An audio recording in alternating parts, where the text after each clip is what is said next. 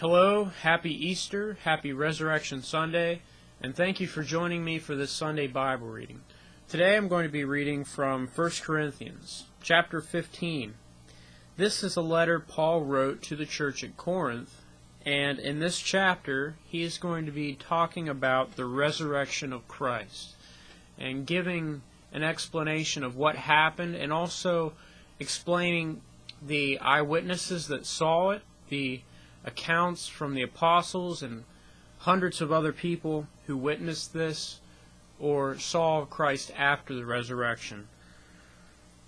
So here we go. 1 Corinthians chapter 15. Now let me remind you, dear brothers and sisters, of the good news I preached to you before. You welcomed it then and still do now. For your faith is built on this wonderful message. And it is this good news that saves you if you firmly believe it, unless, of course, you believe something that was never true in the first place. I passed on to you what was most important, and what had also been passed on to me, that Christ died for our sins, just as the Scriptures said.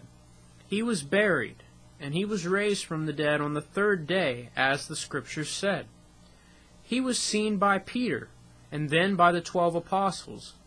After that, he was seen by more than 500 of his followers at one time, most of whom are still alive, though some have died by now. Then he was seen by James, and later by all the apostles. Last of all, I saw him too, long after the others, as though I had been born at the wrong time, for I am the least of all the apostles. And I am not worthy to be called an apostle, after the way I persecuted the church of God. But whatever I am now, it is all because God poured out his special favor on me, and not without results. For I have worked harder than all the other apostles, yet it was not I, but God, who was working through me by his grace. So it makes no difference whether I preach or they preach. The important thing is that you believed what we preached to you. This is really powerful because it attests to the fact that we as Christians have a historical faith. And this is the testimony of a man, Paul, who was once called Saul and persecuted the church. He went far and wide to track down Christians, and under the authority of the Pharisees, he essentially persecuted Christianity. But on the road to Damascus, he had an encounter with the living Christ, long after the resurrection. And Christ came to him and said, Saul, why are you persecuting me? He had a vision, was knocked off of his horse, and was changed forever.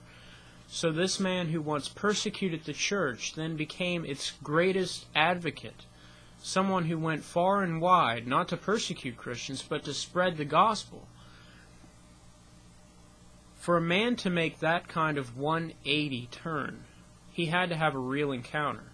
So he starts, of course, becoming active in the church at this point, and he gets to know the other apostles. He talks to these other witnesses, and of course they all say, well, yes, we saw Christ resurrected. And he's relaying their account to the church at Corinth, saying, all of these people witnessed Christ. Our faith is a historical faith. It's not a fairy tale faith or any kind of mythology.